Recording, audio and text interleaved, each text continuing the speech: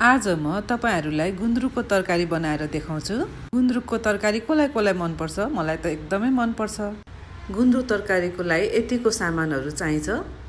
आज म उसिनेको आलु राखेर गुन्द्रुक तरकारी बनाउँछु। तपाईहरुलाई मन पर्छ भने काँचो आलु राखेर पनि बनाउन सक्नुहुन्छ।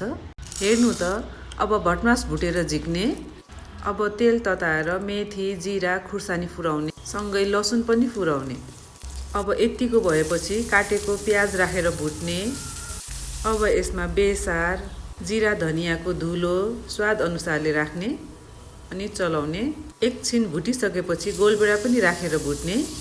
अब यसमा स्वाद अनुसारले नुन राख्ने। अब राम्रोसँग मसलाहरू सबै भुटिसकेर एकछिन छोपिदिने।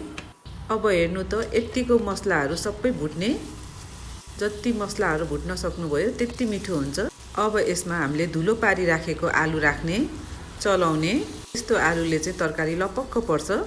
अब पालो आयो हाम्रो गुन्द्रुकको। अब गुन्द्रुक राखेर पनि चलाउने। हेर्नु त, अब सबै राखिसकेपछि यस्तो देखिन्छ। अब यसमा तपाईहरुको इच्छाले पानी राख्नु होला, बाक्लो पातलो कतिको खानु मन छ। गुन्द्रुक राखिसकेपछि त मगमग बास्ना आइराखेछ। हेर्नु त, गुन्द्रुक तरकारी अब एकछिन छोपेर उम्लिन दिने।